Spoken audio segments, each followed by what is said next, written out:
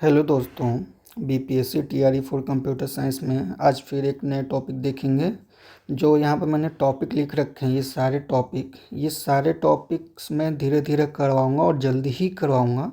But आज हम computer science में डिजिटल सर्किट के बारे में देखेंगे, logical gates. Boolean algebra already मैं करवा चुका हूँ। ये फॉर्मूले बहुत इंपॉर्टेंट है, जैसे डिस्ट्रीब्यूटिव लॉ, ये काफ़ी यूज होता है बुलियन अलजेब्रा सॉल्व करने। और जोरसन लॉ भी यूज होता है अगर हमें बुलियन अलजेब्रा सिंप्लीफाई करनी। तो डी मॉर्गन तो आप लोग यूज करती हो, कि बहुत ज़्यादा यूज होता है, ये बहुत ज़्यादा इंपॉर्टेंट है। बट हम डिजिटल सर्किट आज देखेंगे, डिजिटल लॉजिक गेट देखेंगे। तो लॉजिक गेट को मैंने 3 पार्ट में डिवाइड किया है: basic gates, universal gate and exclusive gate. तो बेसिक गेट में मैंने 3 गेट्स रखे हैं: OR gate, AND gate, NOR gate, जो कि हमारे बिल्कुल बेसिक गेट होते हैं। इन्हीं गेट से बाकी गेट्स बनाए गए हैं, इसलिए इनको हम बेसिक गेट बोलते हैं। अब दूसरा आता है यूनिवर्सल गेट। यूनिवर्सल गेट, ये क्वेश्चन काफ़ी पूछा जा चुका है कि कौन से हमारे गेट से जो यूनिवर्सल गेट होते हैं। तो हमारे पास नॉर गेट और नैंड गेट जो है यूनिवर्सल गेट है। अब इनको यूनिवर्सल गेट इसलिए बोलते हैं क्योंकि नॉर गेट से हम कोई सा भी गेट अचीव कर सकते हैं। यहाँ पे और, एंड, एक्सक्लूसिव और कुछ भी गेट अचीव कर सकते हैं केवल नॉर गेट यूज करके। सेम हम नैंड गेट यूज करके कोई सा भी गेट अचीव कर सकते हैं, नैंड, एंड। और यहाँ पर जैसे एक्सक्लूसिव गेट हो तो एक जोर एक नॉर गेट भी अचीव कर सकते हैं। तो अब देखते हैं एक्सक्लूसिव गेट। एक्सक्लूसिव गेट में हमारे पास एक्सनॉर और एक्सॉर गेट होते हैं। और इनकी जो फॉर्मूला होती है, आउटपुट फॉर्मूला यहाँ पे एक्सॉर गेट की देखोगे तो A B complement plus A complement B होती है। और ये पूछे गए हैं ना, इसलिए मैंने यहाँ पे लिख दिया इसको। और एक्सनॉर गेट का A B plus A complement B complement इसका आउटपुट आएगा अगर इनपुट ए बी रहा तो, इसलिए मैंने यहाँ पे लिख दिया है। तो अगर इन गेट को आप देखोगे तो एंड गेट को हम सिंपल इस तरह से बनाते हैं। यहाँ पर दिया हुआ भी है, कुछ नहीं करना है, इस तरह से लेना है। और यहाँ पे हमारे पास 2 आउटपुट होंगे, एक्स वाई, और इस तरह से आउटपुट हमारा 2 इनपुट एक्स वाई पे एक्स डॉट वाई आउटपुट हो जाएगा। और यहाँ पे ऑलरेडी हम लोगों को पता है कि एंड गेट का आउटपुट जब सारे इनपुट ट्रू होते हैं, ऑल ट्रू, तब हमारा यहाँ पे ट्रू आता है, यानी कि 1 आता है आउटपुट। और यहाँ पे फिर सेकेंड है और गेट। तो ये तो एंड गेट हो गया। अब दूसरा और गेट देखते हैं। तो और गेट को हम इस तरह से बनाते हैं। ये हमारे पास 2 इनपुट होगा, एक्स वाई इनपुट मान लो, तो यहाँ पे एक्स प्लस वाई, और यहाँ पे हमारा आउटपुट होगा। इनको भी सिंपल मैथमेटिक्स की तरह कर सकते हो। अगर वैल्यू आपका 1 आता है तो ट्रू हो जाएगा, और नहीं तो फॉल्स रहेगा। तो इनको पता है कि कोई सा भी एटलीस्ट 1 इनपुट ना, एटलीस्ट 1 इनपुट 1 है, यानी ट्रू है, तो हमारा जो आउटपुट होगा ट्रू होगा। तो ये कॉन्सेप्ट होता है और गेट के लिए। और इन्वर्टर गेट, जिसको हम नॉट गेट भी बोलते हैं, कि ये सिंपली इन्वर्ट कर देता है। अगर 0 है तो 1 आउटपुट आएगा, 1 है तो 0 आउटपुट आ जाएगा। बफर गेट, जो कि बहुत जगह यूज भी होती हैं, बट इसका काम है एक बफर क्रिएट करना। तो इसका सेम इनपुट सेम आउटपुट होता है, ये एक इनपुट लेता है और एक आउटपुट देता है। दूसरी चीज़ में आप आते हैं तो हमारे पास नैंड गेट है और नॉर गेट है। तो इसको मैं ऑलरेडी बता चुका हूँ कि ये दोनों गेट जो हैं हमारे, ये दोनों गेट हमारा यूनिवर्सल गेट है। यानी कि इन दोनों गेट को यूज करके, मैं एक साथ की नहीं बोल रहा हूँ, इन दोनों को या तो और यूज करके या तो केवल नैंड यूज करके आप कोई सा भी गेट अचीव कर सकते हो। ये गेट भी अचीव कर सकते हो, ये भी गेट अचीव कर सकते हो, सारे गेट यहाँ पे अचीव कर सकते हो। तो नैंड गेट जो होता है एंड गेट का, यहाँ पे एंड गेट का हम बोल सकते हैं कॉम्प्लीमेंट होता है। और जो नॉर गेट होता है ये और गेट का कॉम्प्लीमेंट मान सकते हैं हम लोग, और गेट का कॉम्प्लीमेंट होता है।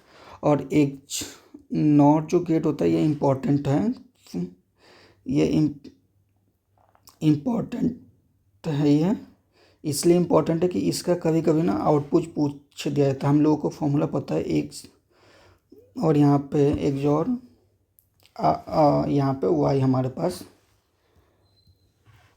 y मान लो,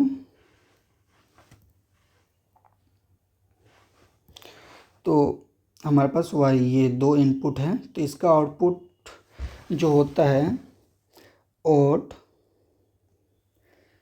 नंबर ऑफ वंस, ठीक है, ऑड नंबर ऑफ वंस रहता है तो 1 रहता है ट्रू।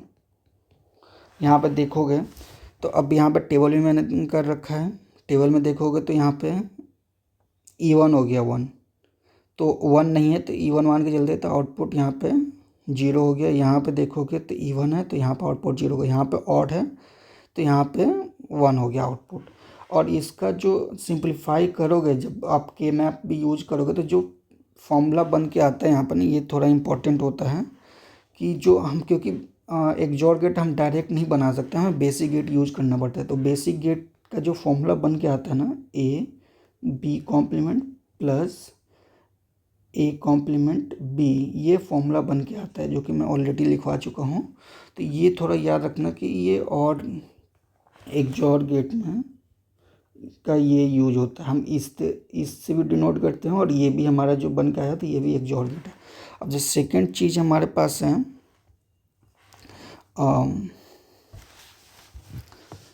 XNOR gate. तो XNOR गेट जो होता है ये भी इम्पोर्टेंट है। तो इसको ना हम इस तरह से X Y इसका कॉम्प्लीमेंट लिखते हैं, कॉम्प्लीमेंट है तो ये कॉम्प्लीमेंट होता है, तो XOR का ही कॉम्प्लीमेंट होता है। तो इसका जो होता है कि इवन नंबर ऑफ वंस है हमारे पास, तो आउटपुट यहाँ पे हमारा ट्रू आएगा, ट्रू मीन्स 1 आएगा।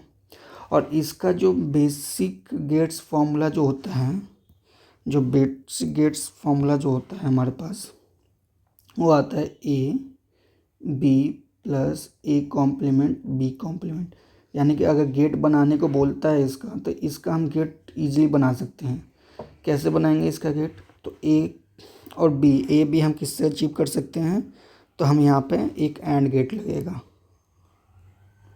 A और B हमारा एंड गेट लगेगा, जो कि A B ला के दे रहा है, और फिर ये कॉम्प्लीमेंट लगेगा, यानी कि हमारे पास एक यहाँ पे नॉट गेट लगेगा कि A का कॉम्प्लीमेंट कर रहे हैं, और ये B का कॉम्प्लीमेंट हो जाएगा। यहाँ पे भी एक नॉट गेट लगेगा। तो ये अब यहाँ पे जो इनपुट हो गई A कॉम्प्लीमेंट B कॉम्प्लीमेंट हो गया।